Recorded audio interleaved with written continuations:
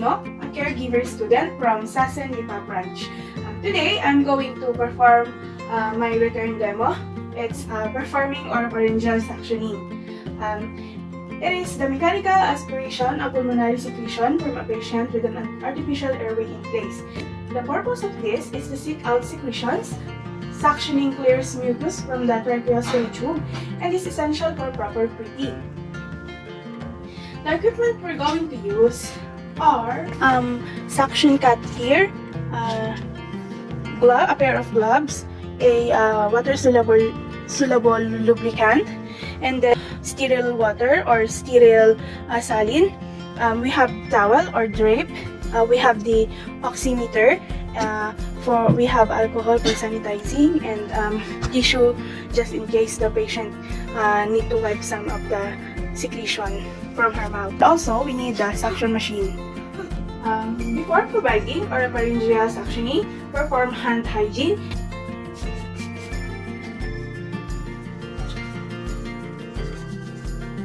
And ensure privacy.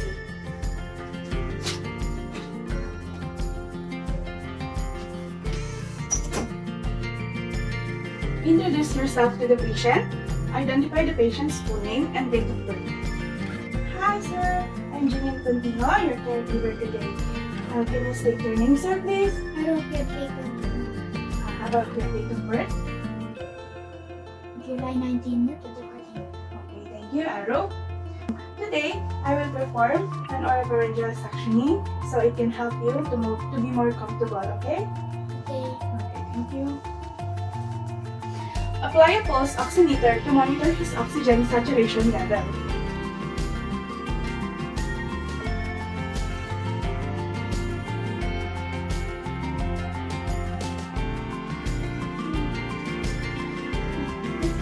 Help the patient into semi-Fowler's position or sitting position.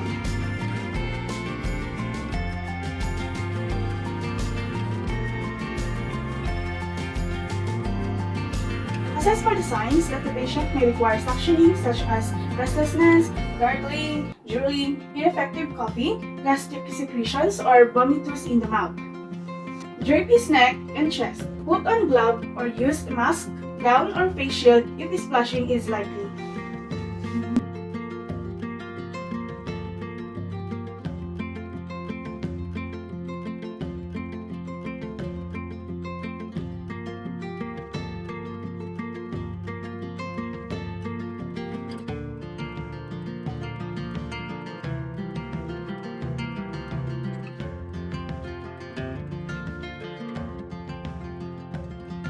Fill a cup or basin with about 100 milliliters sterile water or sterile saline.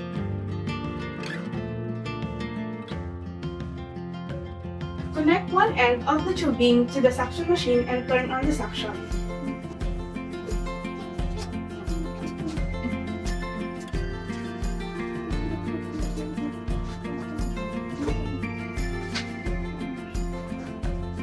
Connect the other end of the tubing to the yan or catheter. Verify that the suction mechanism is working properly by suctioning a small amount of sterile saline from the basin.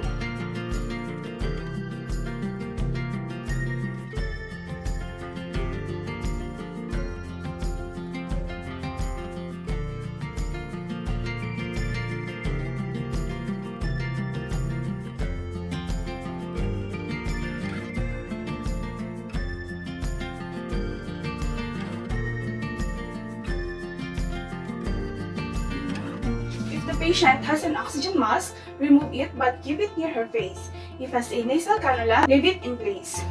Insert the catheter into the patient's mouth, moving along to the gum line forward the pharynx. Apply suction and move the catheter around the mouth until all secretions have been cleared. If the patient has an oxygen mask, replace it.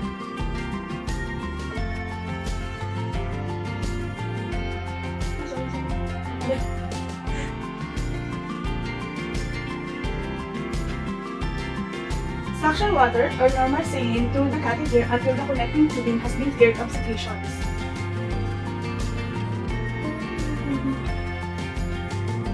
With the suction turned off, wash the patient's face if needed.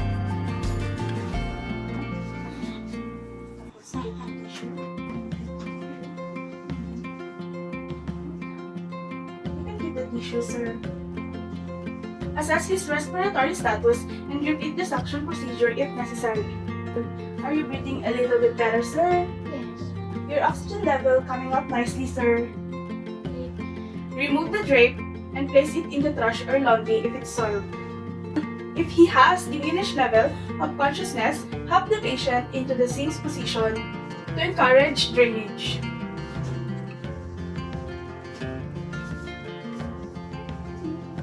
Store the catheter in a clean, dry place. For example, in a bag attached to the bed rail would be better.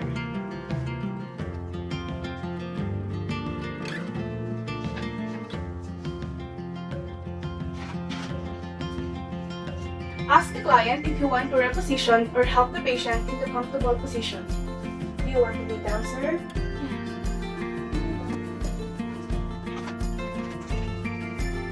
Perform mouth care if needed. Discard the remaining water. Remove gloves, mask, or face shield you use and dispose it properly in use. Perform hand hygiene.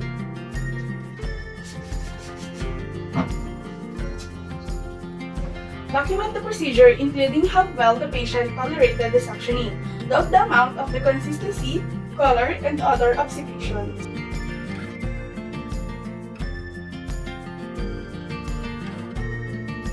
Performing Misopharyngeal Suctioning. The equipment will be going to use suction catheters and tubing kit. We have to pretend that this is a set of kit already. Suction machine. We have the sterile water or sterile saline. We have the oximeter, and then the towel or drape, and then we have the cup with a straw. We also have tissue if the patient needs to clean his mouth. For performing nasopharyngeal suctioning, make sure the patient has no contraindications to the procedure, such as breathing disorder, epiglottitis, or laryngeal spasm. Perform hand hygiene and ensure privacy.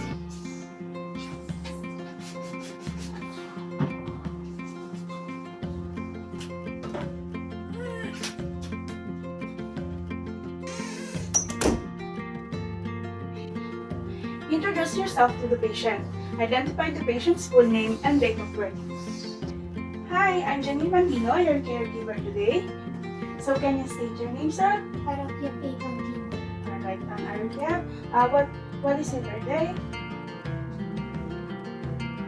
July 19, 2014. Okay, thank you, Aro. I will help you to do your nasopharyngeal suctioning for you to be more comfortable. Okay? Place a pulse oximeter into his finger and leave the device in place.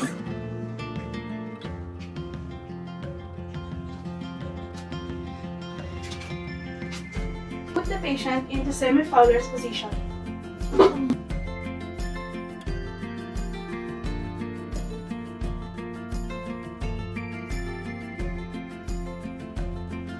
Put on gloves, mask, gown, or face shield if splashing is likely. Prepare the equipment by connecting one of the tubing to the suction machine.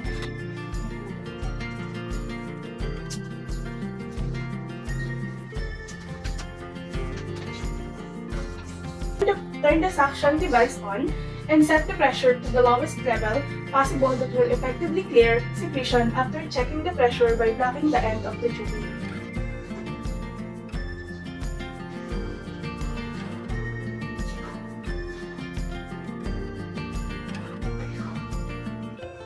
Place the open-ended tube near the patient within easy reach of your work area.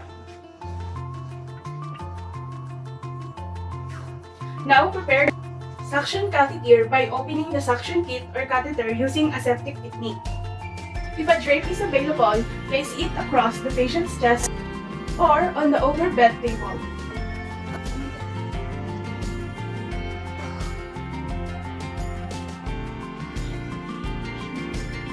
Fill the tray compartment with about 100 milliliters of sterile normal saline solution or sterile water. Now we're opening the kit. Now we're putting the sterile water into the compartment. Open the water-soluble lubricant and squeeze into the open sterile catheter package. Be careful not to touch the package.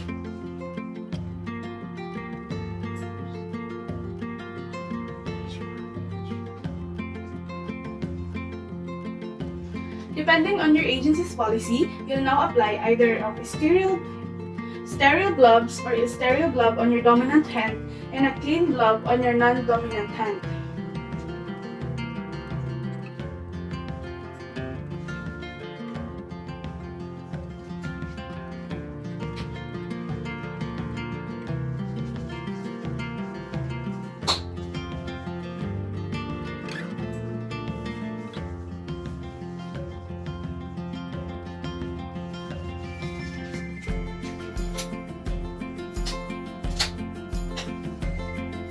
Use your dominant hand to pick up the suction catheter without touching any non-sterile surface, and use your non-dominant hand to pick up the connecting tube.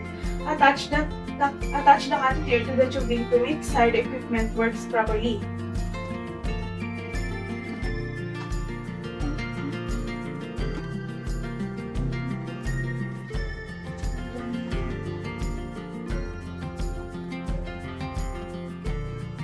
Suction a small amount of saline water from the basin.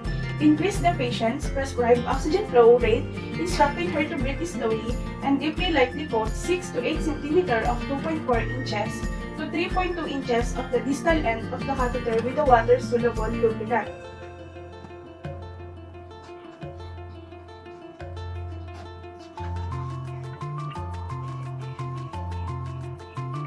Now, I'm going to go ahead and suction down your nose into the lungs to help get out some of those secretions. Using your non-dominant hand to remove the oxygen delivery device, ask the patient to inhale deeply. Use your dominant thumb and forefinger to insert the catheter gently but quickly into one of his nares as he inhales. As you insert the catheter, do not cover the catheter bed. Follow the natural course of the nares. Orient the catheter downward slightly. Don't force it. If you feel resistant, you probably hit the carina. In that case, withdraw the catheter 1 to 2 cm between 0.4 or 0.8 inches before applying suction. When you're performing nasopharyngeal suctioning, a good general rule is to insert the catheter to roughly the same depth as the distance from the mouth or tip of the nose to the angle of the mandible. In adult, this is about 16 cm or 6.4 inches. In older children, it's about 8 to 12 cm or 3 to 5 inches. And in infants or young children, about 4 to 7.5 cm or 1.5 to 2 inches. In some instances, turning the patient's head can help you suction more effectively. Turning it to the right will help you to reach the left main stem bronchus, and turning it to the left will help you to reach the right main stem bronchus. Apply the intermittent or continuous suctioning by placing your non-dominant thumb over the bend of the catheter for 15 seconds or less. At the same time, slowly withdraw the catheter as you roll it back and forth between your dominant thumb and forefinger. Encourage your patient to cough, replace his oxygen device, and instruct him to inhale deeply. I will just pretend that I'm putting it into his nose. Turn your hand to the right, please. Turn your head to the left, please. You can cough. Assess for the need to repeat the suction procedure, but don't perform more than 2 passes. Watch for the alteration in the patient's cardiopulmonary status. When possible, allow adequate time, at least 1 minute, between suction passes to allow for ventilation and oxygenation. Rinse the catheter and connecting tubing by suctioning normal saline until the catheter and tubing have been cleared for secretion. When you finish suctioning, detach the catheter from the connecting tubing.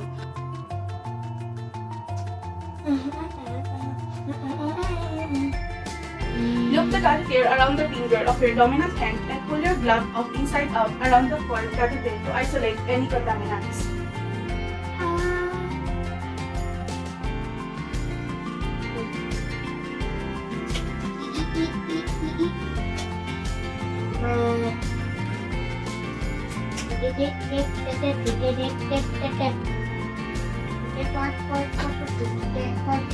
Turn off the suction device. Dispose of your supplies in the appropriate receptacle.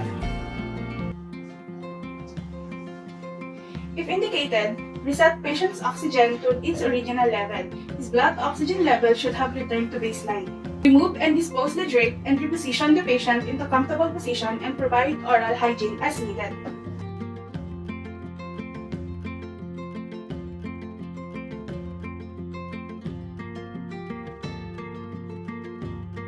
Place an open suction nearby for the future use. Perform hand hygiene.